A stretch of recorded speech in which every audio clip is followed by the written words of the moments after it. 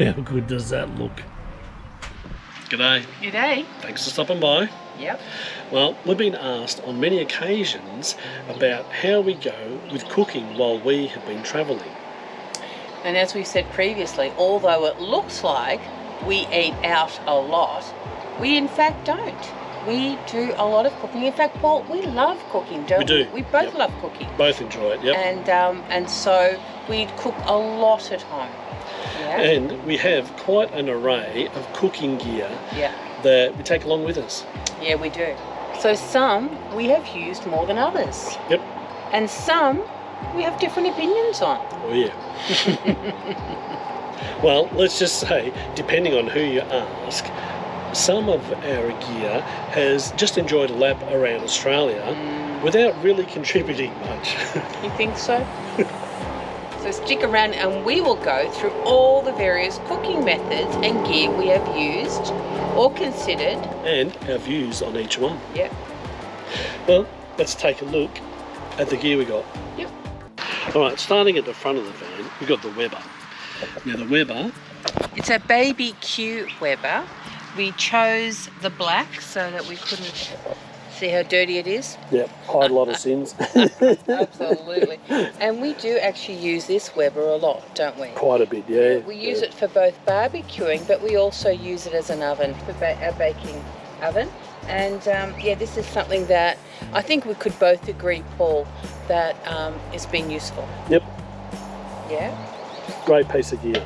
Yeah, absolutely. Love this. Interestingly, the Weber actually, it does slide underneath. I have to twist it around to slide it under. But to be able to do that, I actually trimmed off the legs a little bit to lower it so that it actually slides under, because originally it was scraping along the top, as you can see there. So, but now it fits and slides under very nicely. Very, very good. We use that a lot. Next, as we come under here, we have the Magimix. Look, the Magimix. Yay! I actually thought the Magimix would be a really good addition to our cooking gear. You know, it's supposed to be like a Thermomix, really. It's supposed to do everything. Well, we don't really use it for everything, do we, Paul? No. My opinion is one of the passengers. Nah. So I'll tell you what it does do, though, Paul. I mean, you've got to admit, it makes what does it do? Tell me what it does. It makes amazing cream, makes amazing soups. It does. And it's also really, really handy when we have to blend things. Yeah. It is one of the pieces of equipment you have to use when you're hooked up to powered sites, though. Yeah, most definitely. All right, it's ready. Let's have a look. Look at that. Oh, yum. There you have it, cauliflower soup. Go figure. So for those of you with a keen eye, you may have observed that I'm not really that health conscious when it comes to my menu choices. So when Linda said to me, oh, I'm going to cook a cauliflower soup, I must admit I thought, you know what, I might nick up the street for a pie. But I bit the bullet and I took a taste of it, and I tell you what, it is not bad at all. Alright, next on the list, we have the induction cooker. Yep. Now, I must admit, I was reluctant at the start to get this one because I thought, here we go, another piece of gear. But we do use this quite regularly. Rather than cooking in the van, we try and cook outside as much as possible. So if we're on a powered site, I tell you, this induction cooker here is really great. It's so useful because it works as a stovetop, and the heat on it is almost instantaneous, and it cools down pretty much straight away as well. So it's been very useful. So this induction cooker is specially made for a caravan. It's called the Smart Touch Slimline. 500, 1,000 and 1,500, isn't it, Paul? Yeah. And depending on what your battery capacity is, because everything goes through your battery. Now, another piece of gear that I wasn't a big fan of at the start, but I've learned to love, is the butane cooker. That one has actually come in quite handy on a number of occasions now when we have been off grid.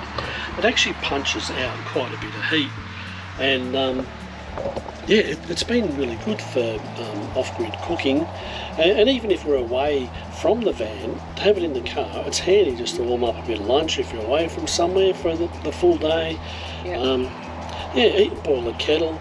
There's so many uses for it, and it's quite an easy piece of gear to carry around. It comes in a nice handy little carrier case. So the butane cooker functions with these little butane fuel mix cans that you get from Bunnings or any other camping store. I really love this unit because it won't work unless you've got it in properly. So you pop it in this little nick here and push this down. It locks it into place. It's not going anywhere and it's really, really safe. I reckon this has got to be Paul's favourite. Definitely. He's already said to me that if anything happened to this, we're to replace it straight away. It's the one I'd replace instantly. The electric fry pan has been brilliant. Again, it's one of the ones you need to use when you're on a powered site. But you know what? There's so many things that I cook in that and out here, whether it's throwing sausages on instead of firing up the barbecue, it takes minutes. Whether it's cooking up some rice, a yellow curry or a red curry or something. Cooking a steak, it gets a nice heat into it and you get a ripper steak in there. I tell you. Paul, when Paul makes the steaks in there, it has this lovely crust on it. It's just delicious, yeah. So that's been one of my favourites. But again, you need power to use it. So this is our thermal cookware. You have this bag that is insulated. Inside the bag, you have the Shuttle Chef. So the Shuttle Chef opens up like this. Now have a look inside, Paul. It's really, really well insulated. It's like a big thermos. So one of my favourite recipes is Cambodian Chicken Curry. It's a really simple little recipe, just made with chicken thighs and some basic ingredients. But I tell you, it is so tasty and it's simple to make. The ingredients are quite simple. It's just the chicken thighs. I've got a half a dozen of those. Skin off. Bone in, because the bone actually gives it some nice flavour. Coconut milk, red curry paste, cardamom powder, turmeric, a bit of lemongrass, some lime juice and a bit of chicken booster. Then of course it goes with the rice here. Now I'm going to slow cook this one in the thermal cooker and I'll show you how that works, but it is a really nice recipe. This is one of those recipes that needs to cook outside. One of the things I like about this one is you don't have to chop anything up. And you don't want recipes with too many steps. It just makes too much work, too many ingredients, too much cleaning up.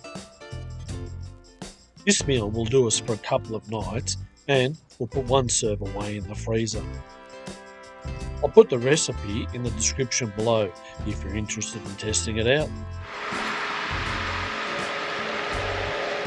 So I've had the rice boiling for 5 minutes and the meat boiling for about 10 minutes.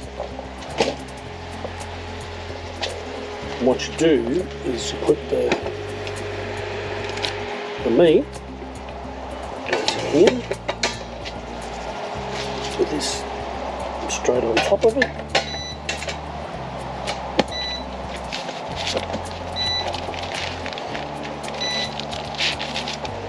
Seal that up.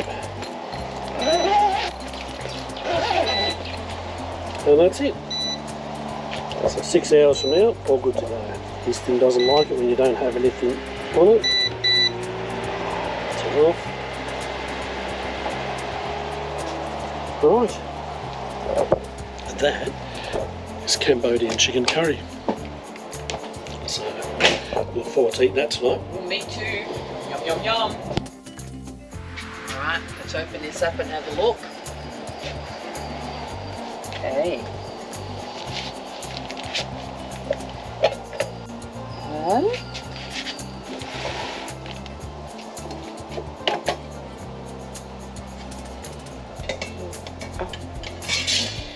Two. This. Here's the rice already. Yum yum. Oh my goodness, look at that. Smells amazing. Yum, yum. How good does that look? So it looks like you've got a lot of gear here for this. But I'll tell you what, these pots, we use those daily. They're our pots in the kitchen, so they live actually in the kitchen, not in here. This one here is great for making bigger volumes of things, like if you're making soup, or you're making a lot of sauces. Or lamb shanks. Lamb shanks, bigger gear. Yeah. You can do the same, you just got that one pot. Now I've heard people differing opinions. Some people said they've had one of these type of things, had it for a couple of years, used it once or something. And I suppose it depends on the type of cooking that you do. Well, for us, we do actually use it. We use it very regularly, probably as a slow cooker, at least once a month. The pots, as I said, we use those daily. This one, again, probably once a month or so, depending on what you're cooking. So it does get a fair bit of use. It stores nicely in the back seat of our car, out of the way on the floor in the back there. So there's a couple of other things too. Obviously you've got the stove top and the oven in the caravan. Yeah. Now when we first hit the road, we actually used the oven a couple of times and quickly found out it doesn't actually work like your general oven at home, and it was taking forever to heat up. 2 hours in fact. Yeah. To it takes too long, yeah. so we found and it heats up the whole van. Yeah. Just fine if it's winter. And the other thing, and I mean that's the same with the stove top as well. You've got the stove top up in the van, it heats up the inside of the van, and you've got to have ventilation to make sure you get plenty of air circulation in the van when you've got those things on. The other thing which we found really hit us hard was the odours and aromas from the food you cook, depending on what you cook. You cook a nice big strong red curry and you're going to smell that for a week. It actually soaks into the fabric of the curtains and furnishings. I mean, we will boil up some rice or some pasta in on the stove top. When we're off grid, we'll boil up a kettle on the stove top as well. So it's not like we don't use it. We don't use the oven anymore. It's just pretty much storage now. It is. But the stove top, we still use that, but certainly not for cooking anything that might impact the smells in the van. Absolutely. It's a lot of work. Yeah. Now the other thing in the van for cooking too is the microwave. Now we don't really cook food in the microwave, but we do use it very regularly for reheating things, whether it's from dinners last night, re-warming up lunch, or whatever it might be. We do use that quite a bit, but not for cooking, but certainly just for reheating and warming things through. Yeah. Oh yeah, there's another piece of gear that we have heard about, and that's called a travel buddy. The travel buddy is a 12 volt oven type thing that fits in the back of your car and just plugs into the cigarette lighter and runs off your car while the car's travelling along. And a good friend of the channel, Ed's Full Wheel Driving and Camping, has actually done a video on the travel buddy. So the travel buddy, not that we don't think it's a good idea to have one, but it's probably something that we don't figure that we'd use, and also space, as you can tell by the rest of the gear, is a bit limited. So, but if you wanted to check it out, I encourage you to go and check out Ed's video on it, and I'll put a link in the description so you can go and check that one out.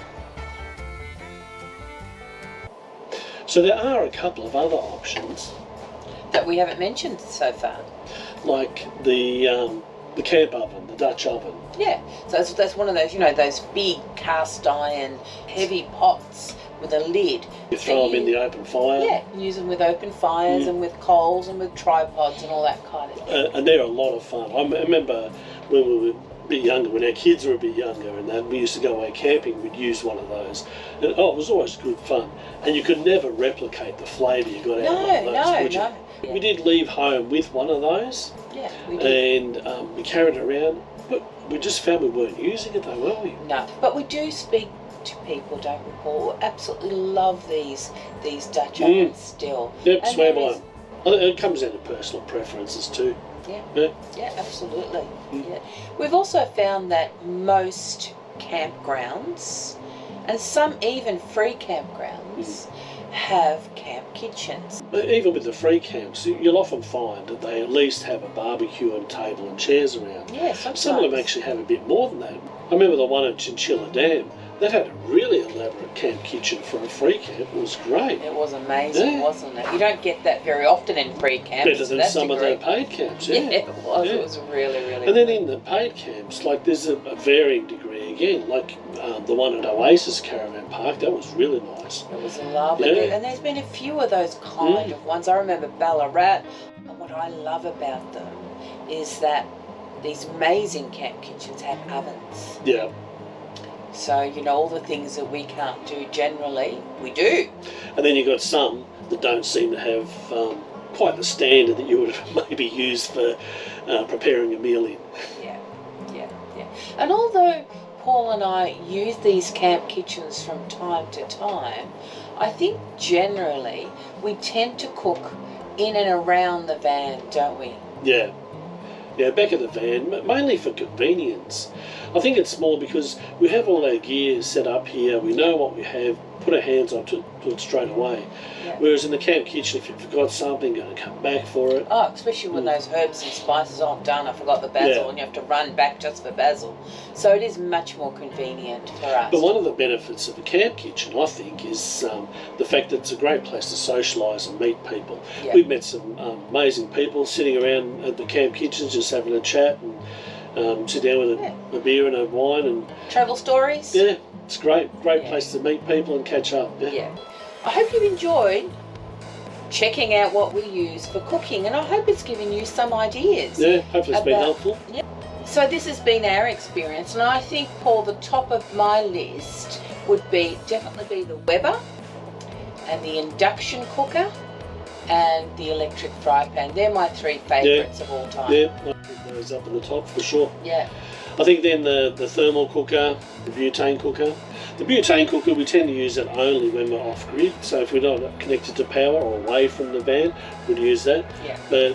But to me, it's still one of the essential ones. Oh yeah, definitely. Yeah. Then the other ones that probably we don't consider as essential, but still have, is the microwave. I mean, it's great for warming things up, as we said. Reheating. The internal cooktop, we use that. We do that pretty semi-regularly, actually, the cooktop, for non-smelly things. Selective cooking. Yeah. And then the oven, as we said, we just don't use it. Well, we do, but we use it for storage. The Magimix, well... We could do without the Magimix. Enough said, yeah. I think, you know. And we want to give an honourable mention to the camp oven. As we said, we had great memories of using one of those when our kids were young and we used to go away camping for weekends and things. A lot of fun. Yeah. And also the travel buggy, as we talked about. I mean, they seem like, again, that would be a great little unit to have for serving its purpose. Probably not something we'd use, but still worth considering if you're thinking about travelling. Yeah. Apparently they make amazing hot donuts. There you go. Yeah. And of course we need to make an honourable mention for the camp kitchens around Australia, because there's some amazing camp kitchens. All right, well, hopefully that's been helpful and you've been able to get some information out of this video. Ideas. Any comments? We'd love to hear them. Yeah. Tell us what your favourites are. Or actually maybe you even mention things that we haven't even thought of. Exactly, yeah. Yeah, always up for new ideas, yeah? Yep. Well, I don't know about you, but I'm ready for lunch. Oh, definitely, I'm ready for lunch. Let's go. Let's go. Thanks for stopping by. Bye for now. Bye.